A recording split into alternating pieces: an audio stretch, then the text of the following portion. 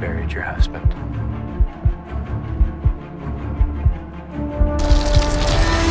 What I hope to help you come to grips with, no matter how many times you replay what happened,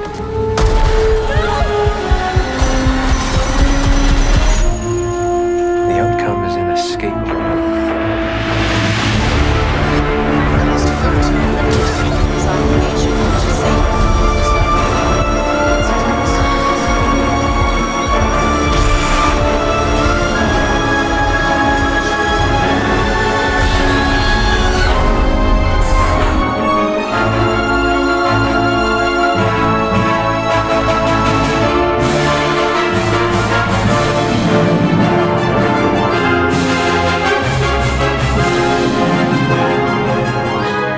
Welcome to Z Cineplex, say your ultimate entertainment destination. Welcome to Z Cineplex, the home of entertainment, creativity, and cinematic excitement. Our channel is dedicated to bringing viewers a rich collection of engaging content that celebrates the world of movies, storytelling, and visual entertainment. Whether you're a passionate film enthusiast, someone who enjoys discovering new cinematic experiences, or simply looking for high-quality entertainment, Z Cineplex is designed to be your go-to destination. We strive to create content that is informative, enjoyable, and engaging for audiences of all ages, offering a unique blend of movie-related features, entertainment updates, insightful discussions, creative videos, and much more. Every upload is crafted with attention to quality, ensuring that our viewers receive an enjoyable experience that keeps them coming back for more. At Z Cineplex, we believe that cinema is more than just watching films.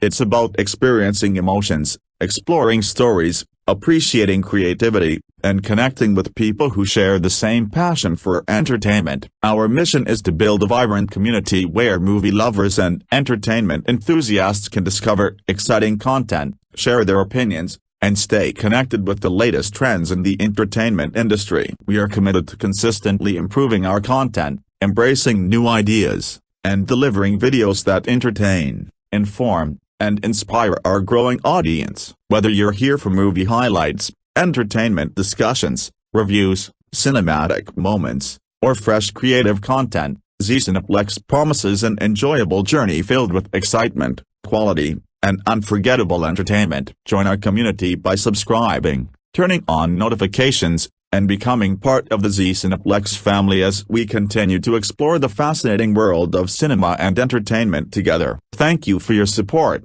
and welcome to Z Cineplex, wherever video brings entertainment to life. Psycho Killer is a 2026 American horror thriller film directed by Gavin Polone in his feature-length directorial debut and written by acclaimed screenwriter Andrew Kevin Walker. The film stars Georgina Campbell, James Preston Rogers, and Malcolm McDowell in leading roles. Set against the backdrop of a brutal serial murder investigation, the story centers on a determined police officer whose life is shattered after her state trooper husband is murdered by a notorious serial killer known as the Satanic Slasher. Driven by grief, vengeance, and an unwavering commitment to justice, she launches a relentless manhunt to track down the elusive murderer before he claims more victims. As the investigation unfolds, she is forced to confront a series of gruesome crime scenes, disturbing psychological clues, and the killer's increasingly dangerous mind games, pushing her to the limits both professionally and emotionally. Blending slasher horror with psychological suspense and crime thriller elements,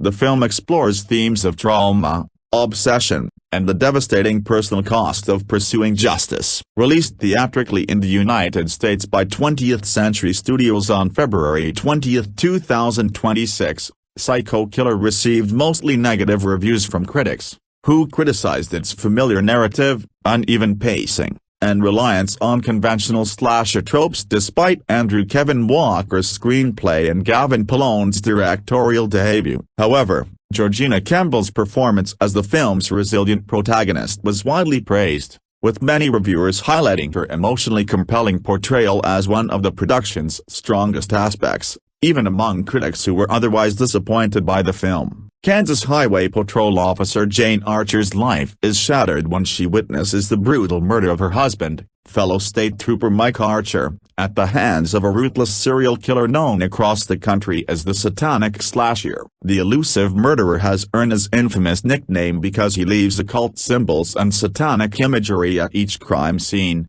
fueling widespread media hysteria and public fear. Consumed by grief and determined to prevent further bloodshed, Jane dedicates herself to a relentless cross-country pursuit of the killer, turning the investigation into a deeply personal mission for justice and revenge. As the body count continues to rise, authorities struggle to establish the killer's identity, while Jane becomes increasingly convinced that the murders are connected to a far darker conspiracy than anyone initially believed. Evidence gradually points toward Richard Joshua Reeves, a fanatical satanic preacher who years earlier held his own congregation hostage before slaughtering them in a horrific mass murder. Although Reeves was officially declared dead after dying in prison, Jane begins to suspect that he somehow survived and has resumed his killing spree. Meanwhile, the slasher continues to carve a path of terror across America's Midwest. In a remote Kansas town, he brutally murders a female pharmacist before looting the pharmacy,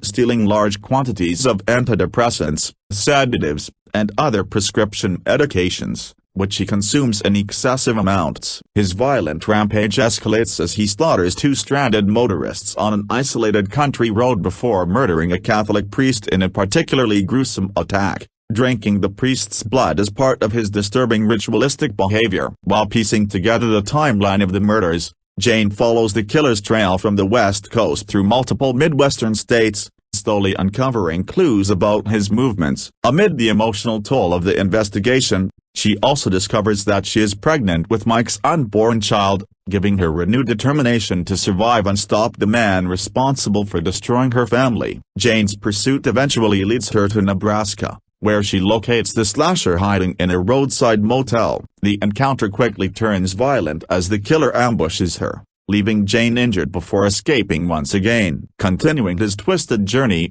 the slasher travels to an isolated mansion owned by wealthy Satanist Mr. Pendleton, who oversees a secretive cult devoted to occult practices. There, the killer manipulates Marvin, one of Pendleton's loyal followers, into helping him identify Leonard Wilkes, the manager of the Harrisburg nuclear power plant in Pennsylvania. Once Marvin has served his purpose, the slasher ruthlessly massacres Pendleton and nearly all of his cult members, sparing only Marvin to assist with the next phase of his sinister plan. As Jane closes in on her target, she uncovers the horrifying truth behind the slasher's seemingly random murders. His ultimate objective is not merely to spread terror but to carry out a catastrophic act of mass destruction by infiltrating the Harrisburg nuclear power plant. Believing that triggering a nuclear disaster through a suicidal explosion will open the gates of hell and fulfill his devotion to Satan, the slasher intends to sacrifice himself while unleashing unimaginable devastation. With time running out, Jane races to the facility and alerts security personnel after the killer manipulates one of the guards into granting him access to the plant's highly secured control room. Moments before he can detonate the explosives, Jane crashes through the control room window and confronts him in a desperate final showdown. Following a fierce struggle, she manages to stop the apocalypse by shooting and incapacitating the slasher before he can execute his deadly plan. Although the catastrophe is ultimately prevented, Jane emerges from the ordeal emotionally scarred by the violence, the loss of her husband, and the psychological trauma of confronting one of America's most notorious serial killers. The investigation finally confirms that the satanic slasher is indeed Richard Joshua Reeves, whose reported death had been a deception. Following his capture, Reeves is transferred under maximum security to a prison in Death Valley, California, the same region where his reign of terror originally began, bringing his nationwide killing spree to an end while leaving Jane to face an uncertain future as she prepares to raise her unborn child in the aftermath of unimaginable tragedy. The film stars Georgina Campbell as Jane Archer,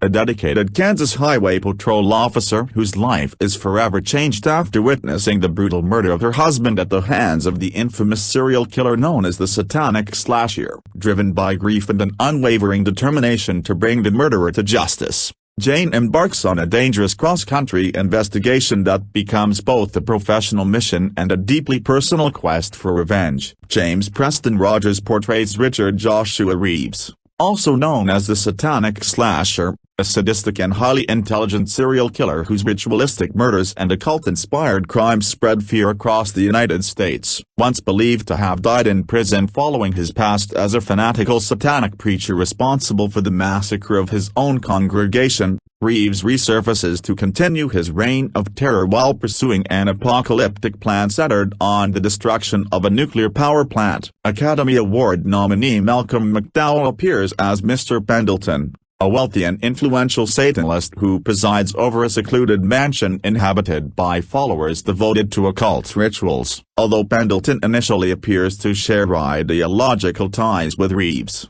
he ultimately becomes one of the slasher's victims after serving his purpose. Logan Miller portrays Marvin, Pendleton's loyal assistant and disciple, who was manipulated into helping Reeves identify key individuals connected to his catastrophic scheme before becoming one of the few survivors of the massacre at the mansion. Grace Dove plays Agent Becky Collins, a federal investigator who joins the hunt for the Satanic Slasher and works alongside law enforcement agencies as the nationwide manhunt intensifies. Aaron Merck portrays Leonard Wilkes, the manager of the Harrisburg nuclear power plant whose facility becomes the target of Reeves' plan to unleash a devastating act of destruction. Nigel Sean Williams appears as Mr. Archer, Jane's father, who provides emotional support as his daughter struggles with profound personal loss while continuing her relentless pursuit of the killer. David Tomlinson also appears as a state trooper, representing the law enforcement officers who become involved in the investigation and the effort to stop the Satanic Slasher's deadly rampage. The development of Psycho Killer spanned well over a decade, undergoing numerous creative changes before finally reaching production. The project originated from an original screenplay by acclaimed screenwriter Andrew Kevin Walker, best known for his work on psychological thrillers and crime dramas. An early draft of Walker's script surfaced online in 2007, generating interest among horror fans and industry observers because of its stark, violent tone and blend of slasher horror, psychological suspense, and occult themes. Despite the screenplay attracting attention, the film remained trapped in development for several years as various studios, financiers, producers, and directors became attached before ultimately departing the project. In March 2009, filmmaker and musician Fred Durst announced that he had signed on to direct Psycho Killer, with principal photography tentatively scheduled to begin in August of that year. A few months later, in June 2009, Durst reaffirmed that the film would be his next directorial project. However,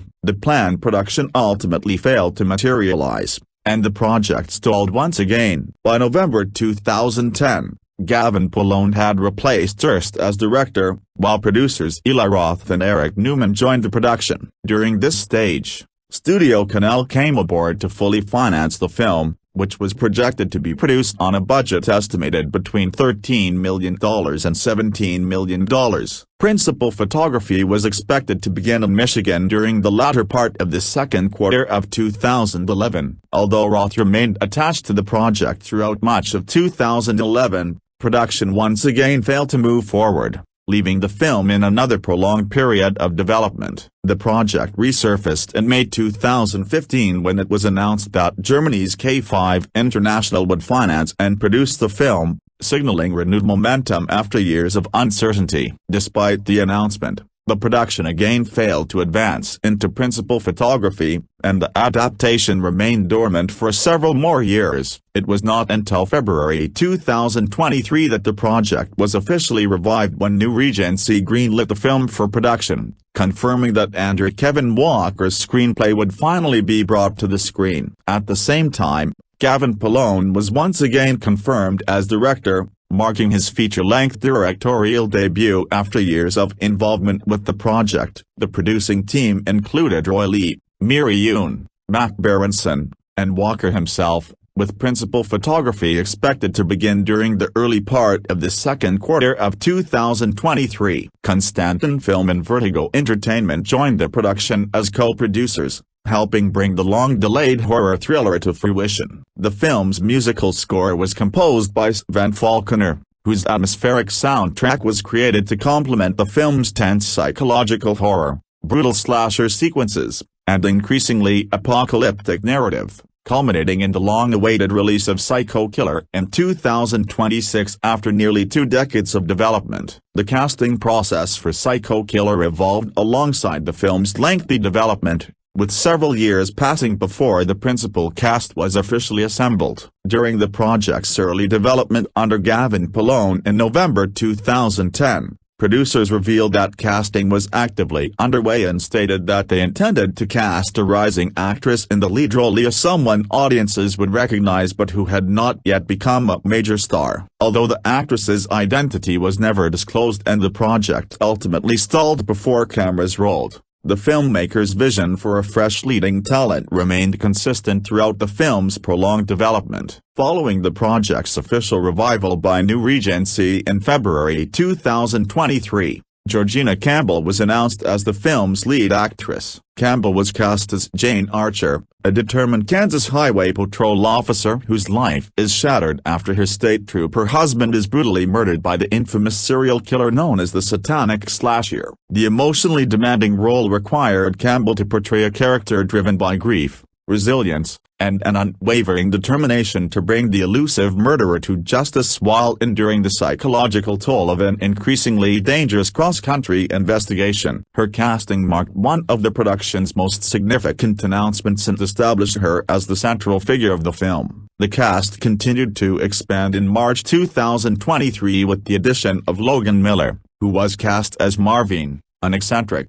Gothic-minded assistant employed by the mysterious occult leader Mr. Pendleton. Described as a socially awkward follower deeply involved in Pendleton's secluded estate, Marvin becomes an important figure in the Satanic Slasher's broader plan and plays a pivotal role in the film's second half. Around the same time, it was also confirmed that former professional wrestler-turned-actor James Preston Rogers had been cast as Richard Joshua Reeves, better known as the Satanic Slasher, the film's primary antagonist. Rogers portrays the ruthless serial killer whose ritualistic murders, occult beliefs, and apocalyptic ambitions drive the narrative, making the character one of the film's most menacing and physically imposing figures. As the film neared its theatrical release, additional casting details were revealed following the debut of the first official trailer in October 2025. Veteran actor Malcolm McDowell was confirmed to portray Mr. Pendleton, the enigmatic and wealthy Satanist who presides over a secluded cult-like mansion and becomes entangled in the slasher's deadly mission.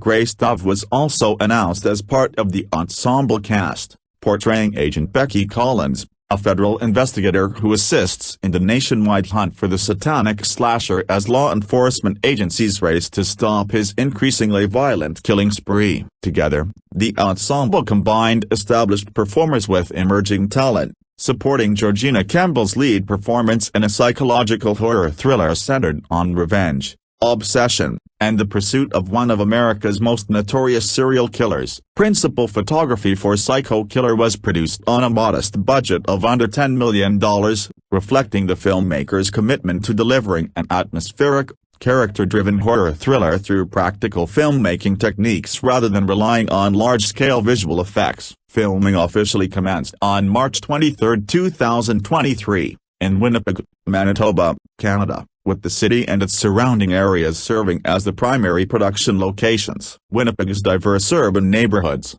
rural highways, and isolated landscapes were utilized to portray the film's numerous Midwestern and cross-country settings, providing an authentic backdrop for the story's nationwide manhunt and increasingly violent series of murders. The production focused on capturing the film's tense psychological atmosphere, gritty realism, and suspenseful action sequences while making efficient use of its limited budget. The relatively compact shooting schedule lasted just over a month, with principal photography concluding on April 26, 2023. Despite the production's restrained financial resources and abbreviated filming period, the cast and crew successfully completed the ambitious project, which features numerous practical effects, elaborate crime scenes, action-driven confrontations, and location-based sequences spanning multiple fictionalized states. Following the completion of photography, the film entered post-production, where editing, sound design, visual effects, color grading, and composer Sven Faulkner's musical score were completed ahead of its theatrical release by 20th Century Studios on February 20, 2026. Psycho Killer premiered with a special advance screening at the Aero Theatre on February 18, 2026, offering members of the press, invited guests, and horror enthusiasts an early opportunity to view the long-awaited film following its extended development. The premiere served as the film's official debut ahead of its nationwide theatrical rollout, generating discussion surrounding Gavin Polone's feature directorial debut and Andrew Kevin Walker's long-gestating screenplay. The screening also introduced audiences to the performances of Georgina Campbell, James Preston Rogers, Malcolm McDowell, and the supporting cast, while showcasing the film's blend of psychological suspense, slasher horror, and occult-inspired storytelling. Following its advance premiere, 20th Century Studios released Psycho Killer exclusively in theaters across the United States on February 20, 2026. The nationwide theatrical release marked the culmination of nearly 2 decades of development, during which the project underwent multiple creative changes before finally reaching the screen. Marketed as a dark psychological horror thriller, the film centered on the nationwide pursuit of the infamous satanic slasher and emphasized its dense atmosphere, brutal violence, and crime thriller elements. Although the film received mostly negative reviews from critics upon release, Georgina Campbell's lead performance as Kansas Highway Patrol Officer Jane Archer earned widespread praise and was frequently cited as one of the film's strongest aspects, helping distinguish the production despite its mixed critical reception. Following its theatrical run, Psycho Killer was released on premium digital platforms on April 7, 2026, allowing audiences to purchase or rent the film through a variety of major digital video on demand, VOD, and electronic sell-through, EST, services. The digital release gave viewers who missed the film's theatrical debut an opportunity to experience Gavin Polone's horror thriller at home while expanding its availability across multiple online platforms. The film continued its post-theatrical rollout when it became available for streaming on Hulu beginning May 29, 2026. As part of the platform's subscription library. Its arrival on Hulu significantly broadened the film's audience, making it easily accessible to subscribers following its theatrical and digital releases. The streaming debut completed the film's initial home entertainment distribution, allowing viewers to watch Psycho Killer through both digital purchase and subscription streaming services. Despite being distributed by 20th Century Studios, Psycho Killer received little to no major marketing campaign prior to its theatrical release. The film generated limited public awareness in the months leading up to its debut, relying primarily on its official trailer, digital promotion, and word of mouth rather than an extensive nationwide advertising push. As a result, industry analysts projected a modest opening weekend, with the film facing challenges in attracting mainstream audiences despite its recognizable creative team and cast. Released in the United States and Canada on February 20, 2026, Psycho Killer opened alongside the faith-based drama I Can Only Imagine 2 and screened in approximately 1,100 theaters across the United States, competing in a crowded theatrical marketplace while operating with minimal promotional support. The horror thriller debuted at number 11 at the domestic box office. During its opening weekend, the film earned approximately $1.6 million, reflecting a subdued commercial launch. Although the modest debut was consistent with its limited marketing campaign, relatively small theater count, and production budget of under $10 million, the film struggled to gain significant box office momentum in subsequent weeks,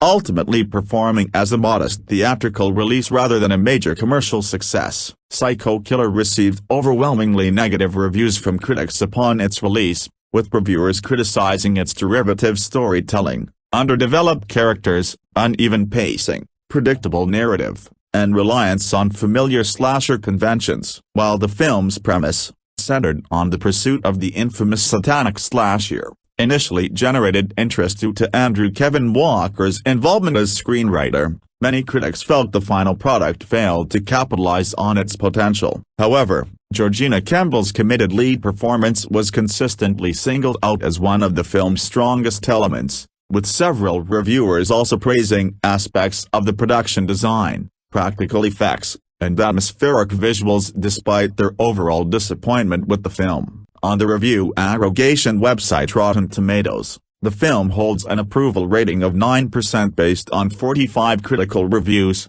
with an average rating of 3.2 out of 10. The site's critics' consensus humorously references the song Psycho Killer by Talking Heads, stating, "Quist's case better run, run, run, run, run, run, run away." On Metacritic, which assigns a weighted average score based on selected critics, the film received a score of 26 out of 100 from 8 reviews, indicating generally unfavorable critical reception. The film was also notably not screened for critics prior to its theatrical release, a decision that attracted attention following its poor reviews and limited commercial performance. Writing for The Wrap, William Bibbiani described Psycho Killer as a rudimentary cat-and-mouse thriller built around laughable ideas about Satanism and criticized its absurd, cringy ending. Despite his overwhelmingly negative assessment, Bibbiani praised Georgina Campbell's dedication to her role, arguing that she heroically plays Archer like there's something to actually play, while lamenting that the screenplay failed to provide the talented actress with meaningful material. Nicholas Laskin of The Playlist awarded the film a D grade, calling it dull and curiously muted, while similarly observing that Campbell delivered the strongest performance possible despite the limitations of the screenplay and its underwritten protagonist. Reviewing the film for Bloody Disgusting, Megan Navarro awarded 1.5 out of 5 stars, criticizing the film as vapid and generic while acknowledging strengths in its production design and performances. Navarro praised both Georgina Campbell and James Preston Rogers for bringing a compelling screen presence to otherwise thinly written characters and also highlighted Logan Miller's supporting performance as Marvin, suggesting that his warmth and humor hinted at a more entertaining version of the film than the relentlessly serious approach ultimately adopted. Josh Courtnett of Dread Central gave the film 2 out of 5 stars, expressing disappointment that a screenplay from Andrew Kevin Walker felt strangely dated and overly dependent on familiar genre devices. Nevertheless, Courtnett commended Campbell's restrained and intelligent portrayal of Jane Archer, arguing that her nuanced performance grounded the film even as the screenplay repeatedly denied the character greater emotional complexity. Other critics were equally harsh in their assessments. Ross Boname of Collider described Psycho Killer as little more than a collection of overdone tropes and ridiculous choices, criticizing the satanic slasher as an uninspired composite of more memorable horror villains and calling him one of the weakest antagonists in Andrew Kevin Walker's body of work. Tyler Nichols of JoBlo.com argued that the film was almost entirely devoid of suspense because it failed to create characters audiences could genuinely care about. Although Nichols once again praised Campbell's commitment, he criticized the inconsistent writing surrounding Jane Archer, particularly her decision to continue recklessly pursuing the killer after discovering she was pregnant. He also found the supporting performances uneven, describing many characters as one-dimensional and expressing disappointment that veteran actor Malcolm McDowell was relegated to a thankless role with little narrative significance. Similarly, Robert Codgler of Flickering Myth awarded the film 2 out of 5 stars,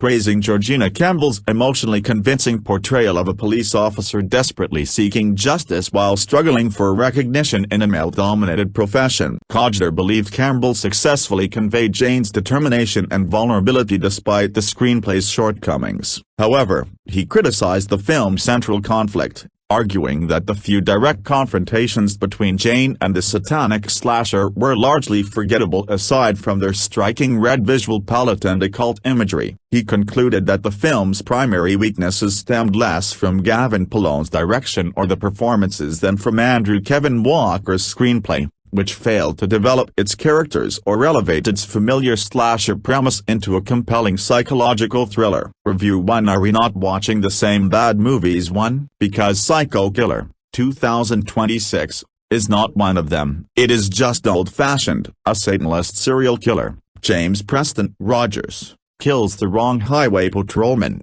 Stephen Adkalu, which inspires another state trooper, Georgina Campbell, to hunt him down. Will she catch him before he opens the gates of hell? If you go in cold, you will enjoy this horror movie unless you have an issue with swapping genders of the fridge spouse and vigilante cop, no deep themes, pleasingly derivative, and the titular character having as much screen time as the protagonist. The true main character is the satanic slasher, whose face we never see. The cinematic world owes Tom Noonan and Michael Mann for creating the trope of the massive unit of a serial killer, which Vincent D'Onofrio continued in The Cell, 2000, and Rob Zombie tried to pull off with his one of many unnecessary reboots of Halloween. Thanks to first-time feature director Gavin Polone, costume designer Natalie Bronfman, cinematographer Magnus Nordenhoff, J.A. Tilda Sedilla and C.K. Key hairstylist Lexi Fabiano and the lighting department, Rogers never shows his character's face,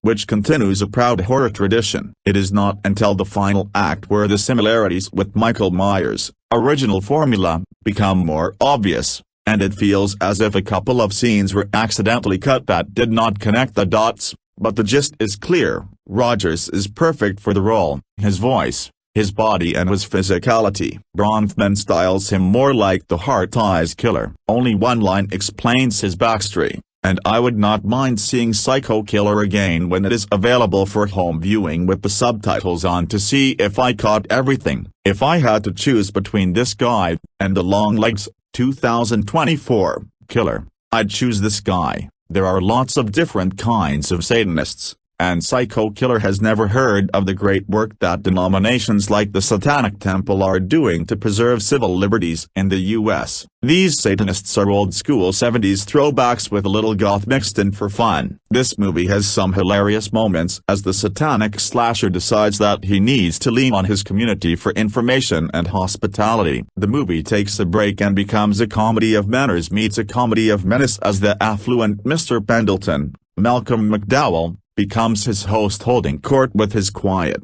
admiring and libertine subjects. In contrast, one of Pendleton's devout followers, Marvin, Logan Miller, is a nervous talker who acts as the satanic slasher's guide and concierge in this world. If you do not find this entire diversion amusing and pivotal to the plot, why do you watch horror movies? Do you hate having fun? Yes, you can tell how it is going to unfold. But sometimes predictable is satisfying and rewarding. Don't see Hammer films. Gratuitous violence and sex can be the point. Campbell is a scream queen without the screaming. Apparently, moviegoers are clutching their pearls at a spouse seeking revenge over the death of their loved one as if it is not a trope for a reason. Yes, it is ridiculous that a Kansas trooper would have any sway cross-country, but how many movies have the ex-cop or detective with no state power doing the same thing? The main problem may be sexism and seeing her as irresponsible because of some news that she gets in the middle of her vengeance road trip. It is a spoiler, so I'm not going to reveal it.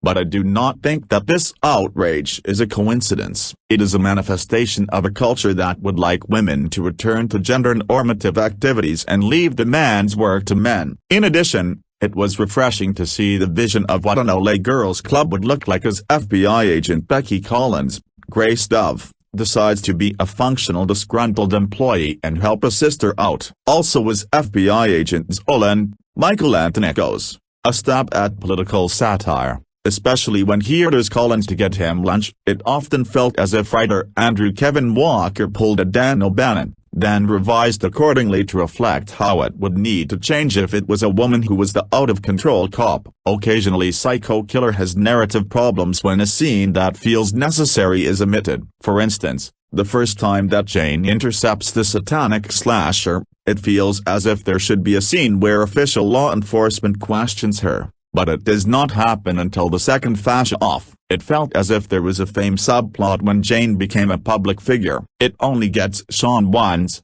and it probably should have started after her husband was killed. Her father, Nigel Sean Williams, mentioned something early about her mind being in a cage and their shared kinship for revenge, but it felt incomplete or as if the implication was a hint about her history with the other side of the law that got left on the cutting room floor. None of these moments hurt the momentum of the story, but they were little noticeable bumps that signaled that the filmmakers did not have complete creative control. On the other hand, There are some elements that still shine through despite the obvious cuts. If the satanic slasher is evil, Jane is good. It is wordless touches such as wearing a cross, using a Gideon Bible as a weapon, to the throat, her association with the light especially in one of their clashes. Most people are not going to predict the satanic slasher's goal. For a second, I figured it out at the beginning then dismissed it, especially when I saw something that resembled the symbol. There were enough clues, but because a franchise involves the same region, I dismissed the guess and gaslit myself. It feels like the prevalent fears of the 80s are back, baby. There was also a line of dialogue regarding types of killers that turned out to be a deliberate mislead. I also appreciated that, unlike most movies, the killer does not suddenly redirect his focus on gain. He is focused and driven. That man means business. There was neither a screening nor a screener for Psycho Killer. I wish that Telemark 2025 got that treatment. As one of the few people who enjoyed this movie and paid for the experience with no regrets, it feels as if people are commenting on the film's long history before coming to fruition, not the actual film. While everyone has different subjective tastes, it would be nice if people discussed details about the movie, not fake insults such as it being derivative without saying what are the film's true cinematic origins or that it is cringy. Not liking the plot is fair, especially if a critic is specific, but lately I've been baffled at the discourse. I'm still stuck on A Working Man, 2025, getting a higher rating than Sinners, 2025. It tells me more about the moviegoer than the film. 1. Movies worse than Psycho Killer released in 2026, The Mortuary Assistant, This Is Not a Test, The Haunted Forest, Iron Lung, Whistle, Return to Silent Hill.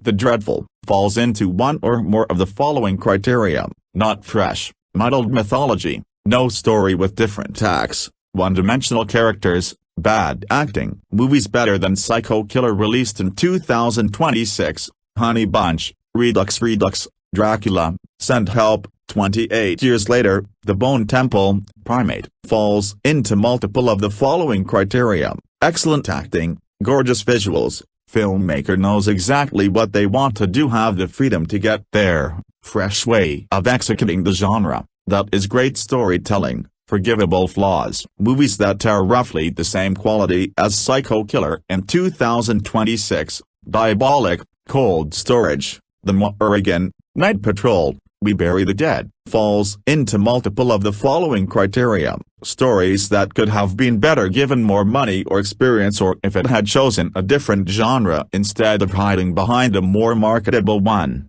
Visible flaws, many good ideas that don't quite come together but are still good enough to work, has enough awesomeness to get through, that is maybe shares at least one quality with the better category.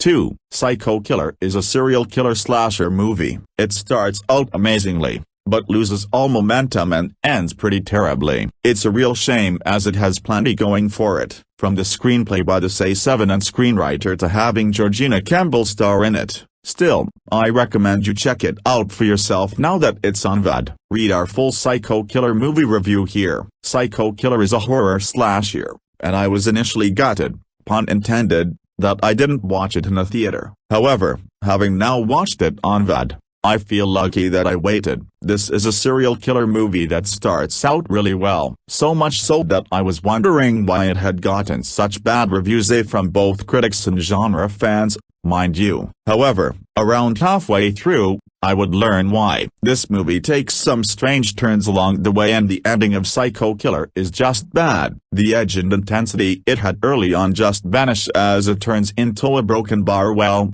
something different. With a runtime of just 91 minutes, I would never have expected that it could fall so flat after such a strong opening. But here we are. Continue reading our Psycho Killer movie review below. Find it on VOD now. Classic serial killer plot. In many ways, Psycho Killer offers a classic serial killer plot. We meet the killer as he commits one of his many murders. The victim is random. A highway patrolman stops him because he's driving strangely. And his wife, Georgina Campbell, also a police officer, comes by on her way home. She ends up witnessing the murder of her own husband, which is obviously a traumatizing event. As a result, she throws herself headfirst into hunting down this psychotic serial killer. She recognizes that it won't bring her husband back, but she needs to stop the psycho killer from his mission of murder. While following her hunt for the killer, we also follow the killer on his strange mission. We never really see his face, so we're merely witnessing his madness and violent actions. To me, this was a brilliant move. Not being able to fully recognize someone, or something, often makes it scarier. And yes, that's probably why I was very thrilled with this movie. Well, the first half. The second half, however, completely ruined the experience. It feels like this movie has been edited over and over again, probably in an attempt to make sure everyone could follow the plot, which as a result feels both dumbed down and just plain ridiculous. Both stars deserved better despite never seeing the serial killer's face fully. I have to give credit to the actor portraying him. This would be James Preston Rogers, The Blackening, and he is terrifying as this brutal and relentless killer. He kills for sport and pleasure because it fits perfectly with his worldview, one dominated by being a Satanist in all the ways that created the infamous Satanic Panic. In this case, however, the whole Satanic Panic ordeal would have been valid. It was rarely in play in those cases. Anyway,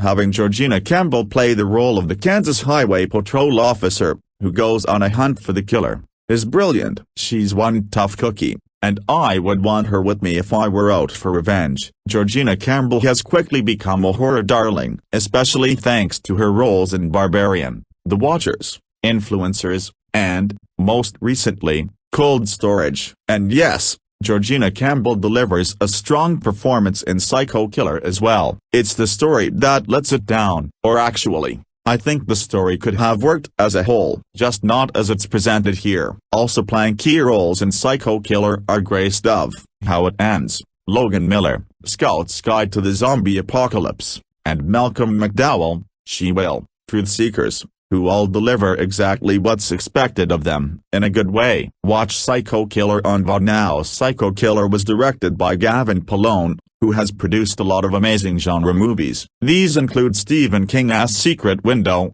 2004, Cold Storage, and Zombieland, Double Tap, while also having produced projects in various other genres. As a director, this is his feature film debut, and I'm sorry to say I think this is the main issue of the finished product. I say this because the screenplay was written by Andrew Kevin Walker, who also wrote A7N. Much of what I liked initially about Psycho Killer feels like classic Andrew Kevin Walker, so I'm hesitant to truly believe the story is bad. After all, the iconic Seven could also have been a very strange experience if not directed by David Fincher. For the record, Seven is far from the only successful script by Andrew Kevin Walker. He also wrote Brainscan, 1994, Hideaway, 1995, 8, 1999, Sleepy Hollow, 1999, The Wolfman, 2010, Windfall, 2022, and The Killer,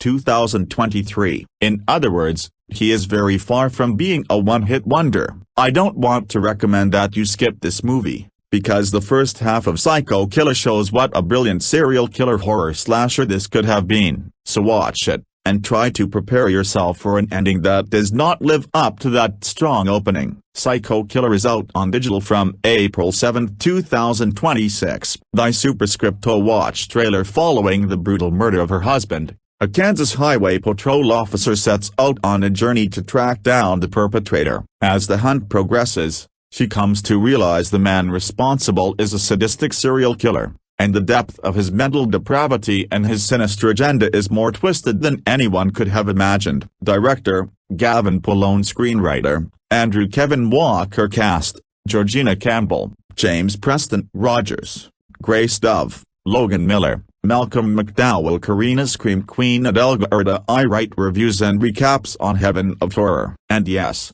it does happen that I find myself screaming when watching a good horror movie. I love psychological horror, survival horror and kick-ass women. Also, I have a huge soft spot for a good horror comedy. Oh yeah, and I absolutely hate when animals are harmed in movies, so I will immediately think less of any movie where animals are harmed for entertainment. even if the animals are just really good actors. Fortunately, horror doesn't use this nearly as much as comedy, and people assume horror lovers are the messed up ones. Go figure. 3 Psycho Killer is a 2026 slasher horror movie filled with dread and dark surprises. Horror Brains dives deep into its shadows, breaking down what works, what fails, and delivering a final verdict. Intro: Psycho Killer arrives wearing the mask of a brutal slasher and carrying the promise of a relentless cat-and-mouse hunt across forgotten highways and blood-stained back roads. A grieving police officer, a masked murderer, and whispers of satanic rituals should be the ingredients for a savage ride into darkness. Instead, the film spends much of its runtime chasing ideas it never fully commits to. There are flashes of menace, moments of genuine tension, and a lead performance that gives the story some emotional weight. Yet the deeper the journey goes, the more it feels trapped between ambition and execution. Horror Brains found a thriller that never quite becomes the nightmare it wants to be. Plot in brief: after her husband is murdered by a masked killer tied to a trail of ritualistic violence, police officer Jane Archer launches a determined pursuit that leads her across isolated landscapes, uncovering dark secrets while confronting her own grief and obsession. What works? A fearless blend of genre. Psycho Killer deserves credit for refusing to stay inside a single box. The film blends slasher horror, crime thriller, revenge drama, and occult mystery into one uneasy package. On paper,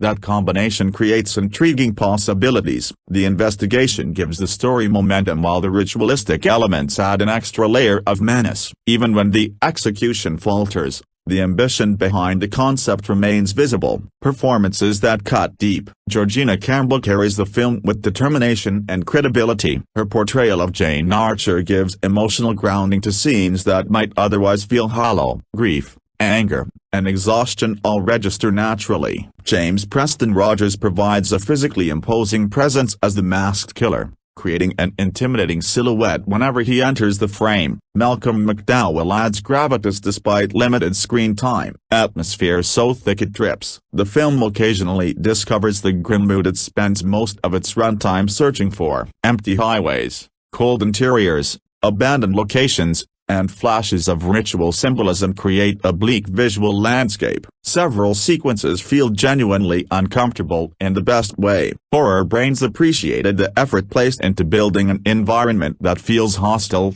isolated, and constantly on the verge of violence. Themes that resonate. At its core, the story revolves around grief and obsession. Jane's pursuit gradually becomes more than a search for justice. It becomes a personal crusade fueled by loss. The idea of trauma transforming into fixation gives the narrative emotional substance. While the screenplay rarely explores these themes with enough depth, the foundation is strong enough to give the character journey purpose. Cultural depth. The film taps into long-standing fears surrounding satanic imagery, roadside violence, and unseen evil lurking beneath ordinary communities. These elements help establish a recognizable horror identity. There is a sense of dark folklore hidden beneath the surface. Unfortunately, many of these ideas remain underdeveloped, but they still contribute texture and personality to a story that might otherwise feel generic. What fails? Pacing in the middle act. The strongest momentum arrives early before gradually fading during the central portion of the film. Investigation scenes begin repeating similar beats without adding significant tension or discovery. Instead of escalating danger,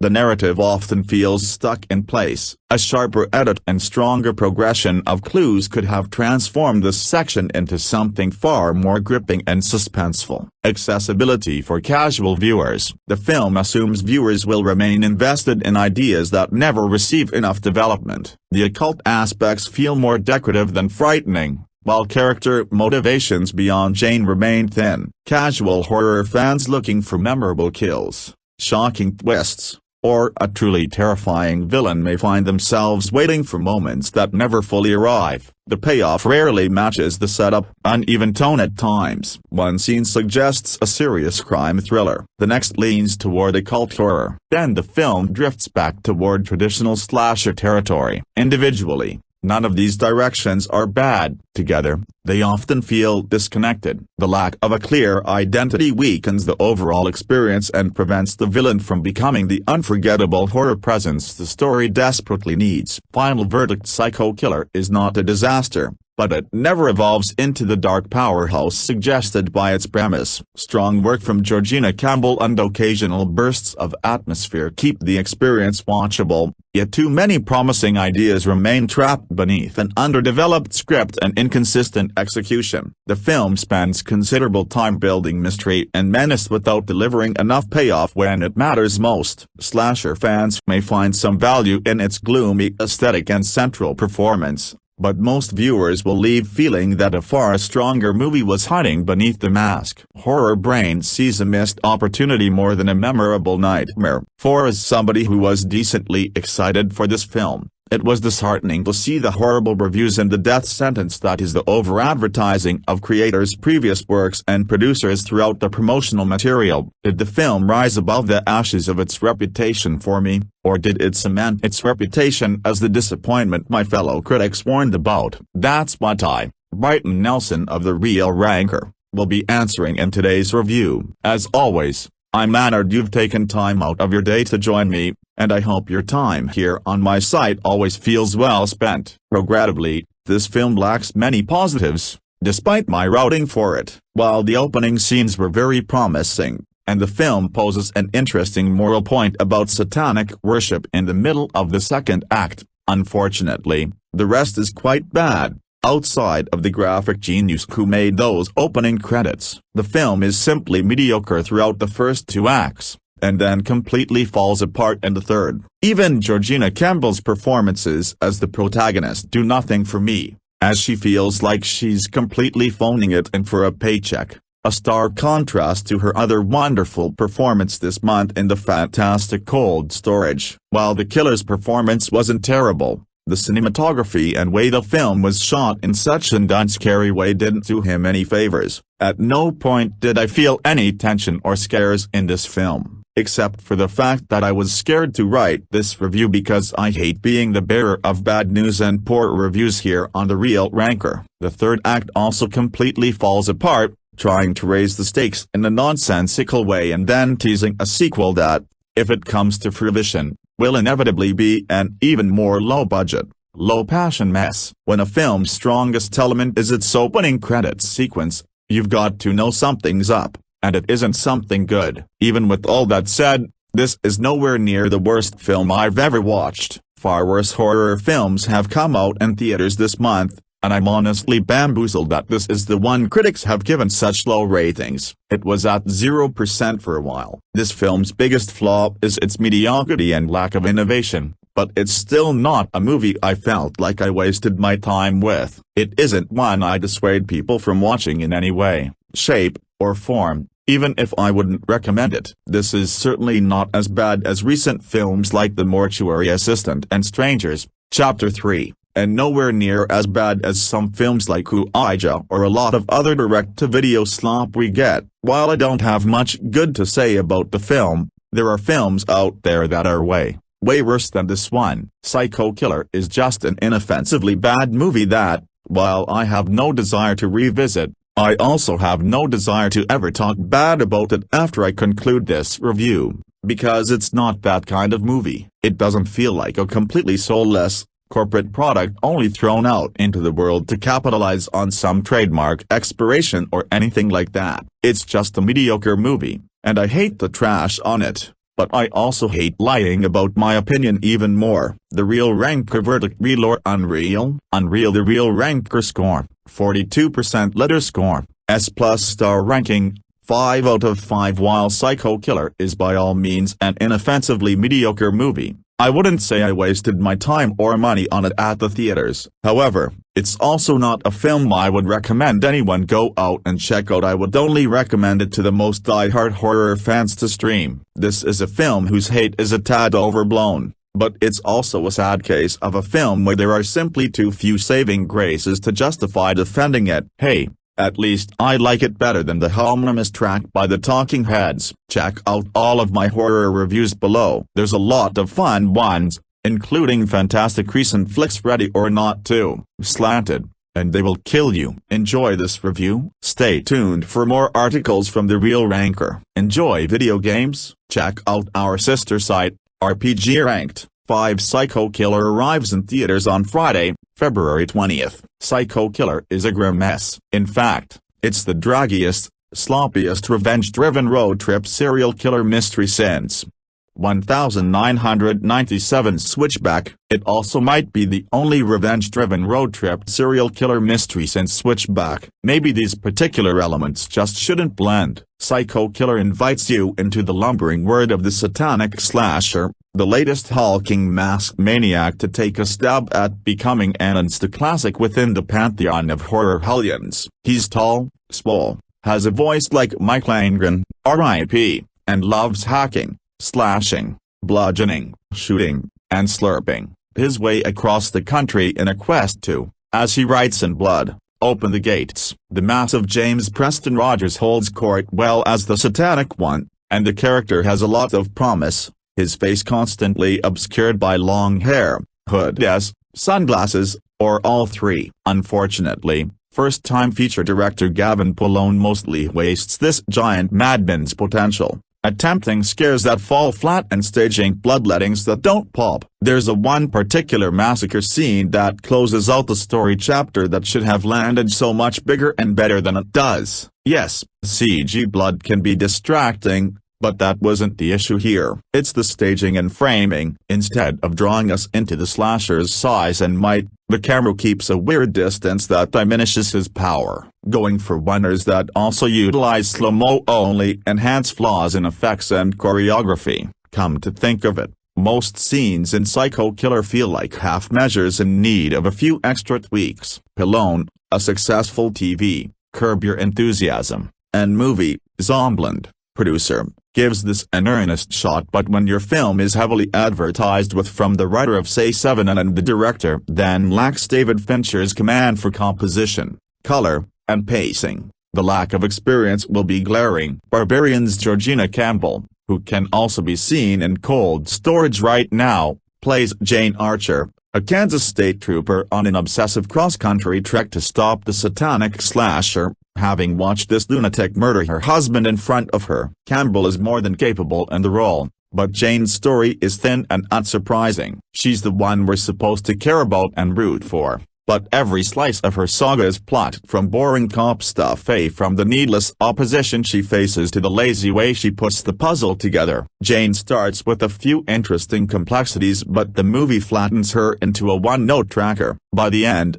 she feels like a cardboard cutout. Psycho Killer heavily leans on news, radio reports and a ton of ADR for much of Jane's side of the story. Saw franchise editor, director Kevin Greutert is credited as an additional editor, possibly explaining attempts made to reshape the film in post, to give it some semblance of clarity and voice. The efforts are appreciated but, nonetheless, fruitless. The film is set in 2007, where things like the internet collide with remnants like payphones, car cigarette lighters, newspaper classifieds, a 70s/80s feeling plot device, and encyclopedia volumes. The end result is a garbled era that only has to be that way because of the killer's specific plans, and that type of reverse engineering hurts the movie from the get-go. The slasher goes out of his way to contact people using coded print ads, and do research via library books, even though the World Wide Web is readily available. Maybe this is why Jane is able to run circles around the actual task force assigned to find this guy. Because they don't do searches on the internet. It's weird, but not surprising, that the satanic slasher feels like more of a layered personality when all is said and done. After all, Jane's just a typical dig to graves justice seeker. The slasher has ideas, preferences, thirsts, and he also gets to meet up with a gaggle of fellow Satanists, headed by Malcolm McDowell, in a surprising second-act stretch of the movie that contains its only offbeat charm and charisma. The slasher, who basically represents all the human sacrifice satanic panic of the 80s rolled into a giant Undertaker-type behemoth, seeks help from some miscreants who just want to engage in drug-fueled orgies. It's a fun clash of ideologies, and McDowell's scenes are the only lively, unexpected ones in the film, with the marketing so focused on Z7 and screenwriter Andrew Kevin Walker. Psycho Killer's wink-wink promise of a twisted project hamstrings its own efforts, evoking Z7 and also summons expectations of a subversive, swerve-y ending, and Psycho Killer doesn't deliver anything close to being as paradigm-changing. The third act is wildly preposterous, though, if that's to be Walker's hallmark, it goes bigger than it needs to. But maybe if it had gone even further, people would be talking about this movie a decade from now. It's too bad Psycho Killer doesn't build up its two characters enough for you to care whether the slasher fulfills his grand scheme or not. As a script, Psycho Killer underserves its hero. As a movie, Psycho Killer underserves both its hero and its maniac. The satanic slasher could have been a nefarious addition to horror's rogues gallery, but it's actually stunning how much his brutality doesn't resonate. Post-production magic was called upon here to get this film into theatrical shape, but we're still left with bone-dry mishmash. Review scoring: 6. Psycho Killer, 2026, directed by Gavin Polone, starring Georgina Campbell, James Preston Rogers, Malcolm McDowell, Logan Miller, Grace Dove, Aaron Merck, Nigel Sean Williams, Michael Antonikos, and Tracy Penner. Synopsis: a police officer tracks a killer after her husband, a highway patrolman, becomes one of his victims. How a film is sold and marketed is irrelevant when it comes to assessing quality, and, in this case, it was mostly non-existent. But the team behind Psycho Killer has done a disservice in that department by plastering Z7 and screenwriter Andrew Kevin Walker's name all over every piece of that material. This is as generic, nondescript, and psychology-averse as masked serial killer thrillers come, leading one to wonder whether David Fincher, the two had even reunited for the mostly solid, sharply dry, and satirical The Killer in 2024. Is speed-reading the scripts and taking the bulk of them in his own direction. Maybe he tosses them into a shredder after having a sense of the story being told,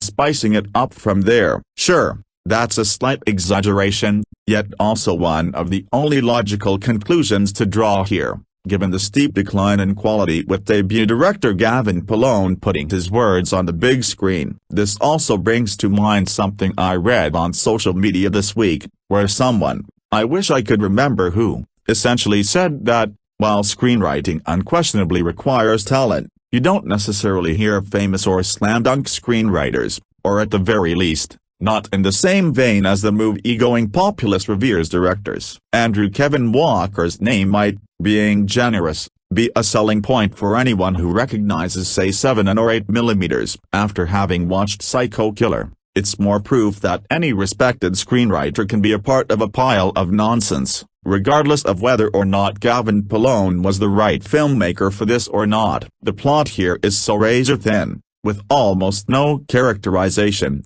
that one also wonders whether the screenwriter brought the project to David Fincher, who then rejected it, thinking even he couldn't have done anything exciting, suspenseful, or provocative with this material.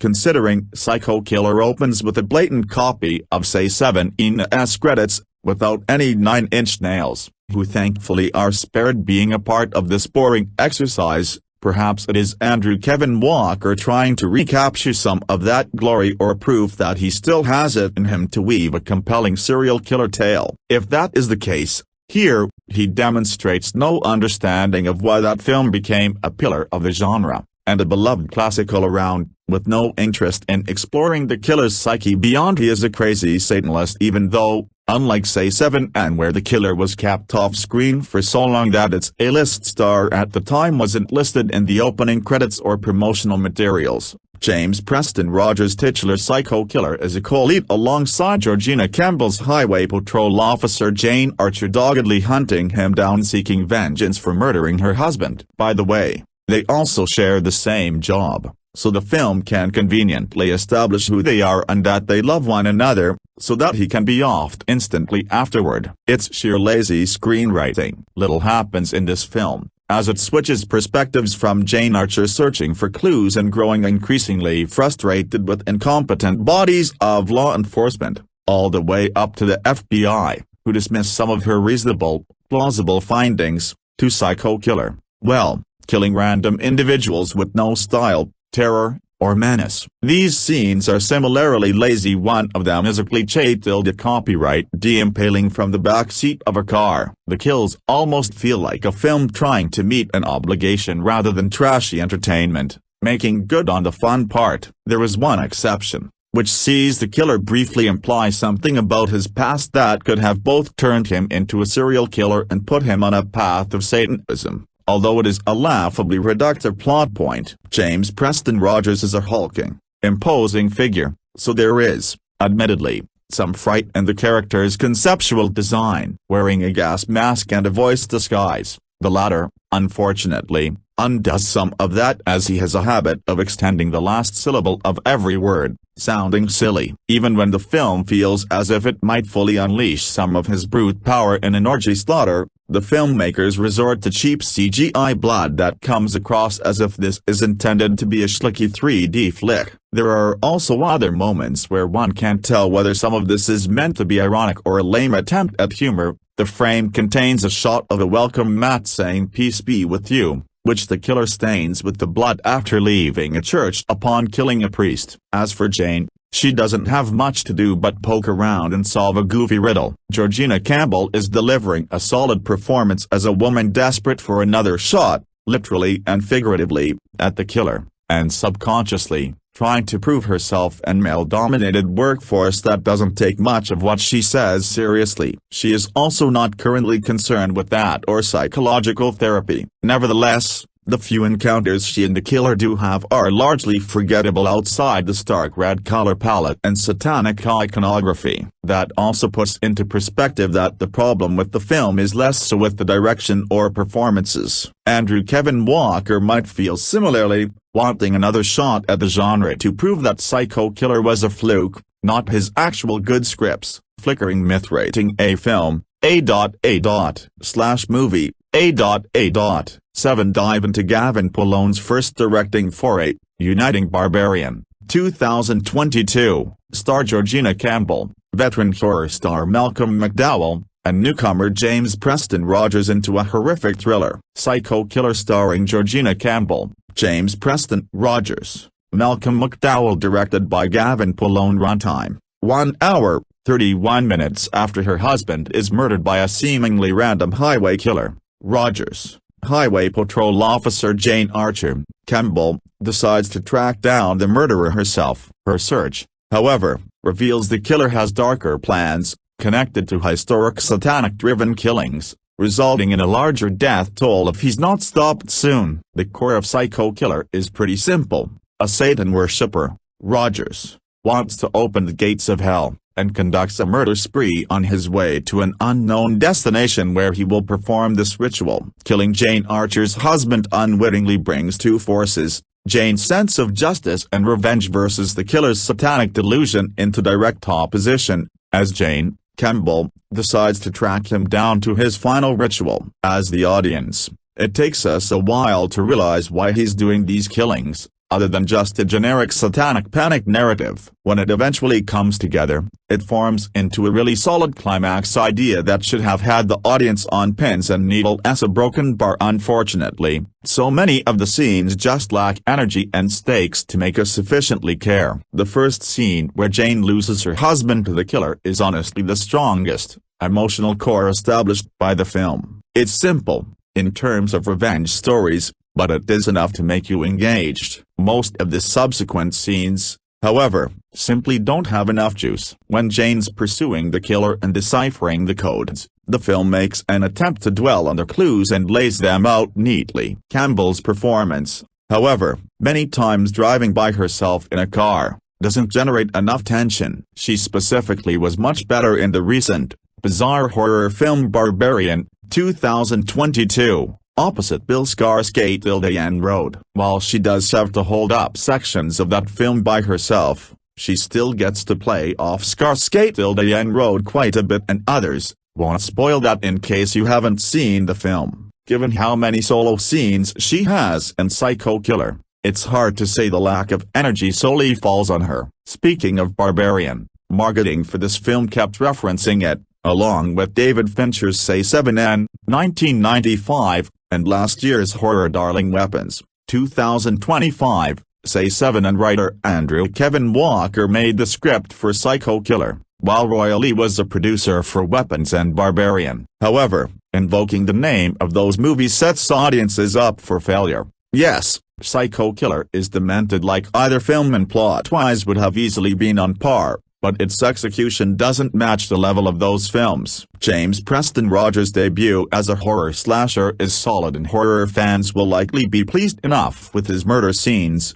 which are visually interesting, a broken bar sometimes, otherwise they fall flat too many times. The one thing this film gets right with Rogers' performance is iconography. While they really leaned heavily into the satanic imagery across the board, the titular Psycho Killer's gas mask, body markings, and movement work extremely well. It may be pulling a greatest hits of slow-moving horror fiends, but it's distinct enough to stay interesting throughout. While I would have to deep dive into the logs to find the genius who started using CGI blood and slashing scenes, I really wish it would stop. Psycho Killer decides to use this a few times too many, along with some slow-mo shots that don't really add anything compelling. For everything visually this movie gets right, it is unfortunately marred by too many poor decisions to keep track of. Conclusion. Recommendation: Gavin Polone's debut as a horror thriller director comes at odds with his comedic producing background, and the results undermine an otherwise smart mystery idea. Had it executed this idea well,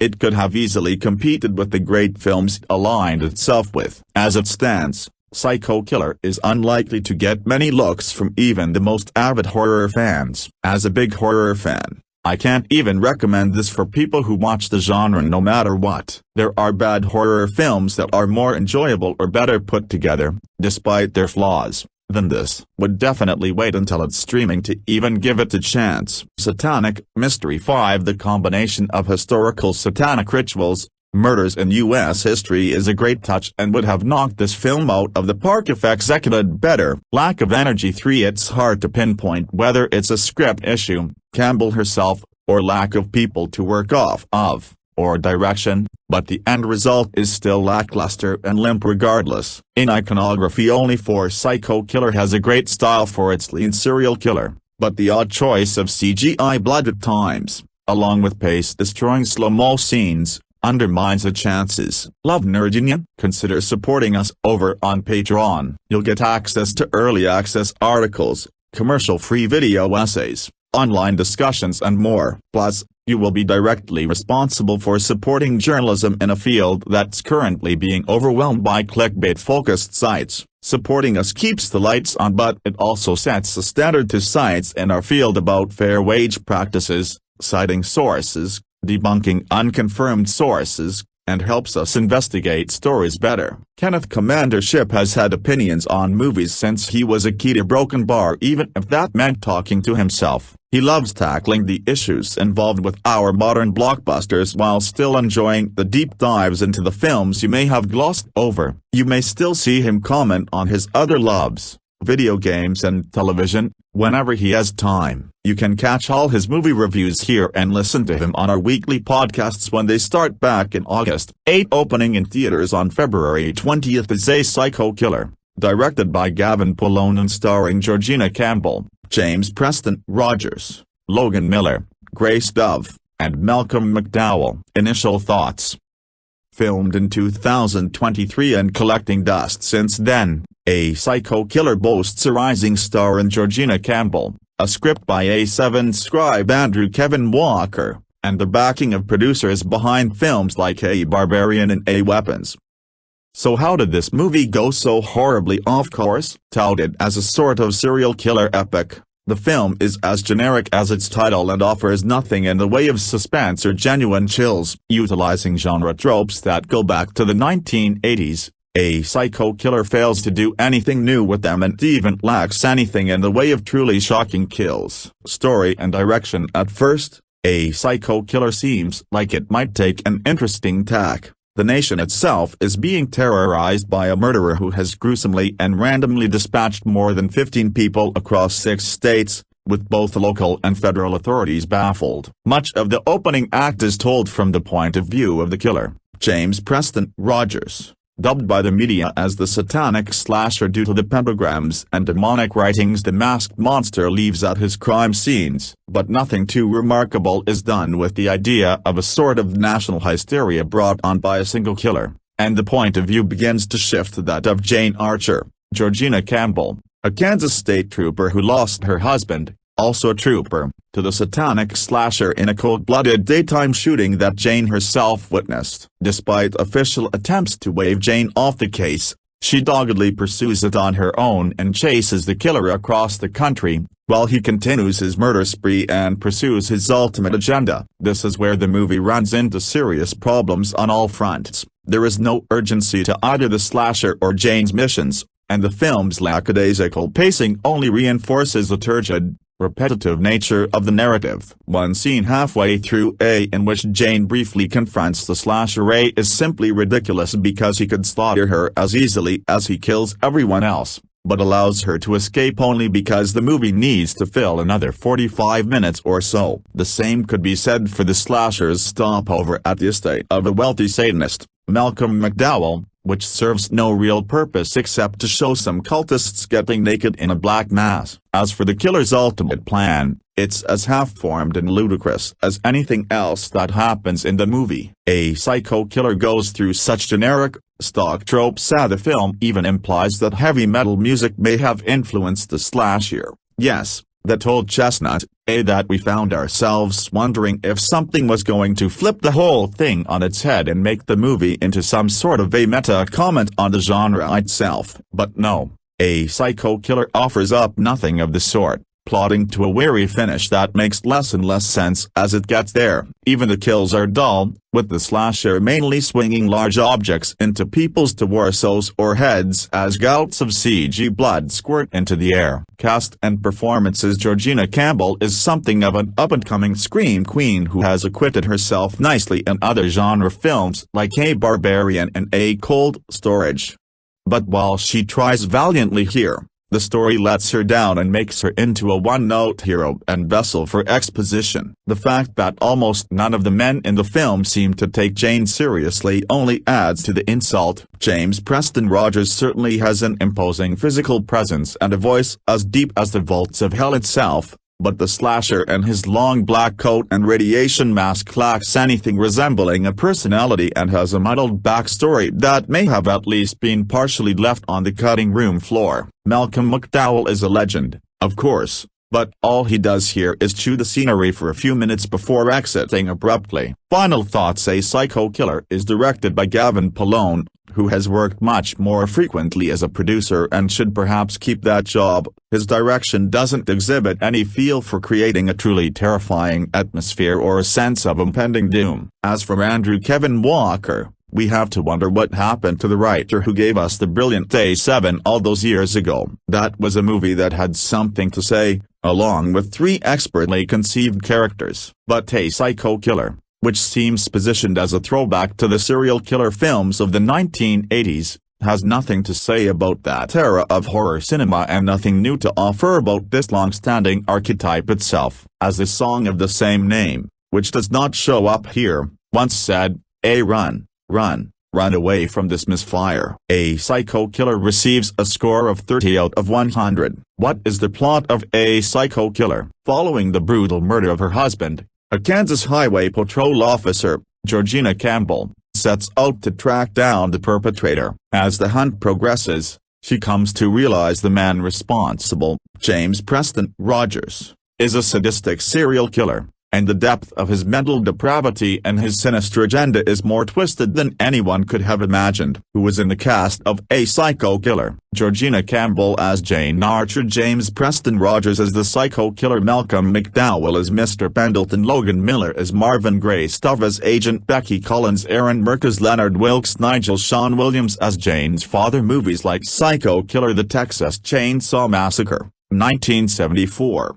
Black Christmas, 1974, Halloween, 1978, Friday the 13th, 1980, A Nightmare on Elm Street, 1984, The Silence of the Lambs, 1991, Seven, 1995, Scream, 1996, Saw, 2004, The Strangers, 2008, Terrifier, 2016, In a Violent Nature, 2024, Longlegs, 2024, Heretic, 2024, Heart Eyes, 2025. 9 Psycho Killer arrives in theaters on Friday, February 20th. Psycho Killer is a grim mess. In fact, it's the draggiest, sloppiest revenge-driven road trip serial killer mystery since 1997 Switchback. It also might be the only revenge-driven road trip serial killer mystery since Switchback. Maybe these particular elements just shouldn't blend. Psycho Killer invites you into the lumbering world of the satanic slasher,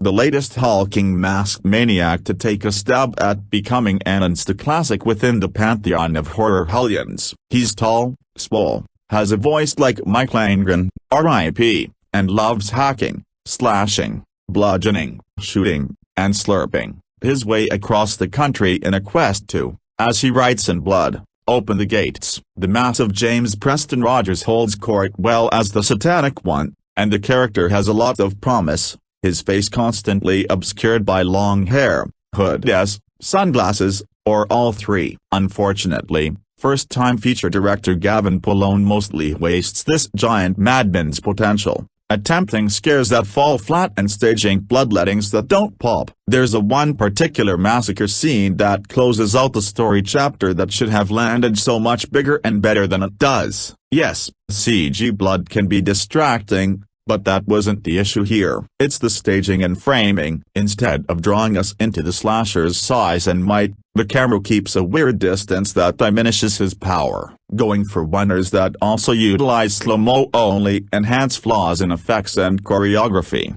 Come to think of it, most scenes in Psycho Killer feel like half measures in need of a few extra tweaks. Polone, a successful TV, Curb Your Enthusiasm, and movie, Zombieland, producer, gives this an earnest shot, but when your film is heavily advertised with from the writer of Say 7 and the director then lacks David Fincher's command for composition, color, and pacing, the lack of experience will be glaring. Barbarian's Georgina Campbell, who can also be seen in Cold Storage right now, plays Jane Archer, a Kansas state trooper on an obsessive cross-country trek to stop the satanic slasher, having watched this lunatic murder her husband in front of her. Campbell is more than capable in the role, but Jane's story is thin and unsurprising. She's the one we're supposed to care about and root for, but every slice of her saga is plot from boring cop stuff from the needless opposition she faces to the lazy way she puts the puzzle together. Jane starts with a few interesting complexities, but the movie flattens her into a one-note tracker. By the end,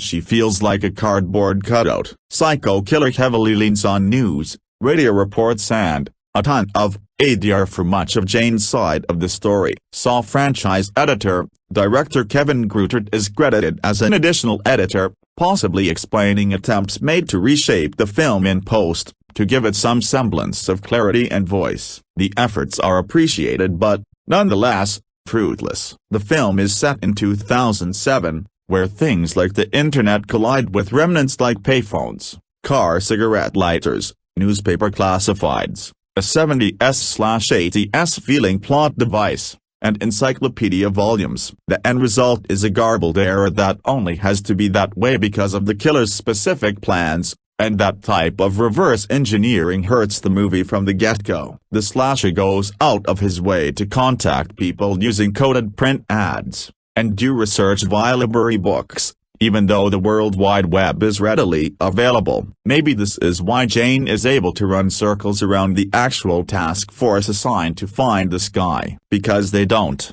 do searches on the internet. It's weird, but not surprising, that the satanic slasher feels like more of a layered personality when all is said and done. After all, Jane's just a typical dig-to-graves justice seeker. The slasher has ideas, preferences, thirsts, and he also gets to meet up with a gaggle of fellow Satanists, headed by Malcolm McDowell, in a surprising second-act stretch of the movie that contains its only offbeat charm and charisma. The slasher, who basically represents all the human sacrifice satanic panic of the 80s rolled into a giant Undertaker-type behemoth, seeks help from some miscreants who just want to engage in drug-fueled orgies. It's a fun clash of ideologies, and McDowell's scenes are the only lively, unexpected ones in the film, with the marketing so focused on Say7 and screenwriter Andrew Kevin Walker. Psycho Killer's wink-wink promise of a twisted project hamstrings its own efforts, evoking Say7 and also summons expectations of a subversive,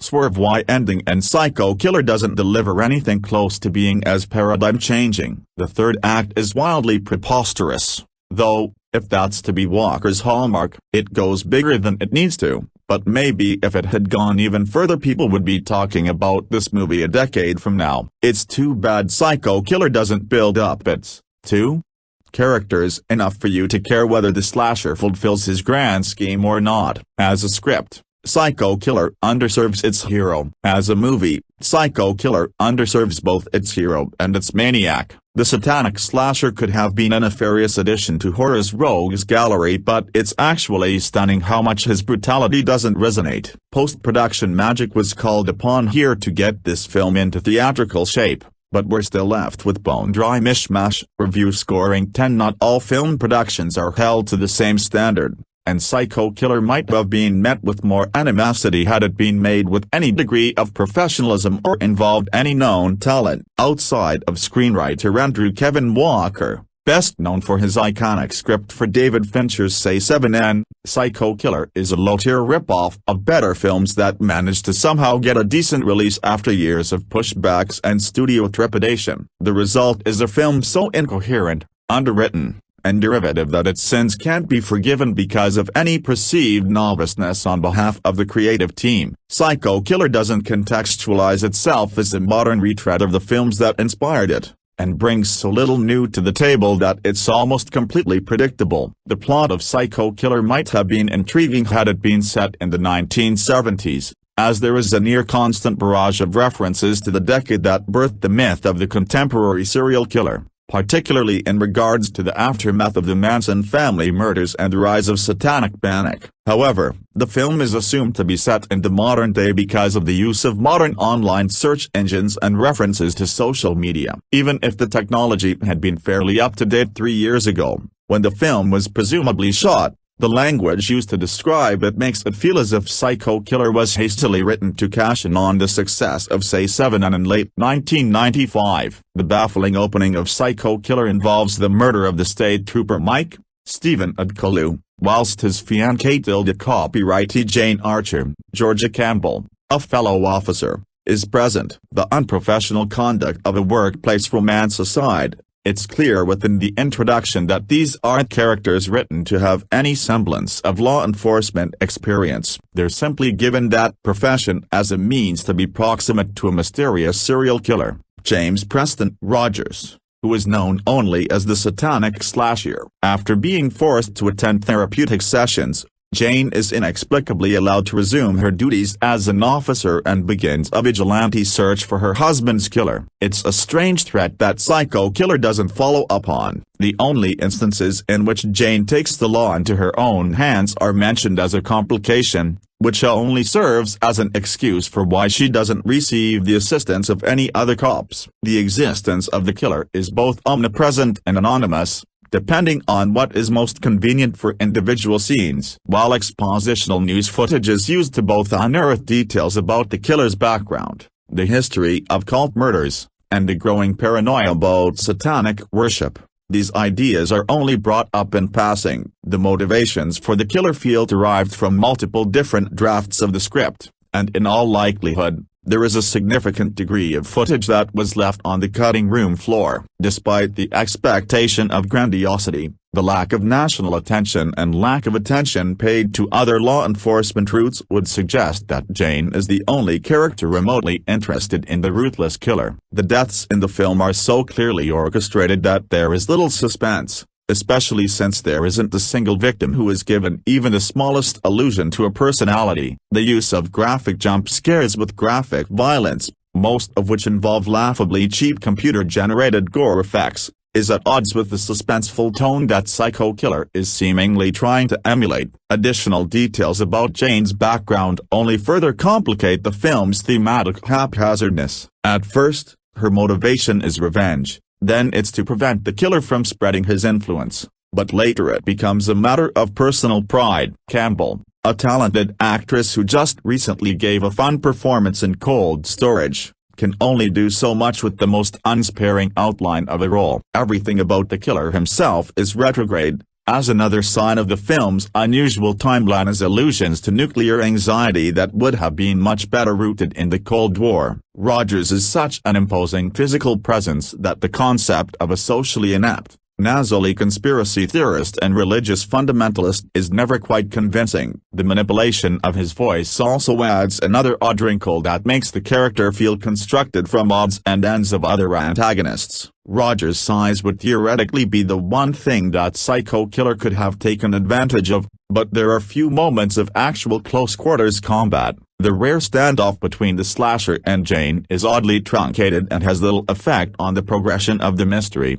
leading to an awkward finale in which characters are moved from different locations with no logic involved. What's most frustrating about the lack of originality in Psycho Killer isn't just that it keeps bringing up compelling thematic ideas in order to create the illusion that it is about something, but that it's painfully dull. The only semblance of black comedy comes from the insertion of a group of under-the-radar Satanists led by the enigmatic cult enthusiast Mr. Pendleton, Malcolm McDowell. McDowell has an aptitude for giving exaggerated performances, but his style of acting belongs in a far more interesting movie than Psycho Killer. While his quirky line delivery would suggest that he's an out-of-touch radical who has no idea what dangerous territory he's involved himself in, the film can only use him as an omnipotent source of evil, whose value in the story is muted because of its unwillingness to tackle any serious religious commentary. The cat-and-mouse aspect of the story is ineffective because, despite their prominent first interaction, Jane and the slasher don't share any deep connection with one another. The baffling conclusion would almost feel like a defiant slap in the face to expectations had it not also been a lazy excuse to end a film with no clear direction. Psycho Killer is as bad as horror films can get, but it's also devoid of any passion for being iterative, that even the most inconsequential of genre retreads could have. A title so generic may not have suggested anything promising, but Psycho Killer can't reach the bare minimum. Psycho Killer, 2026, movie links, IMDb, Rotten Tomatoes, Wikipedia, Letterboxd.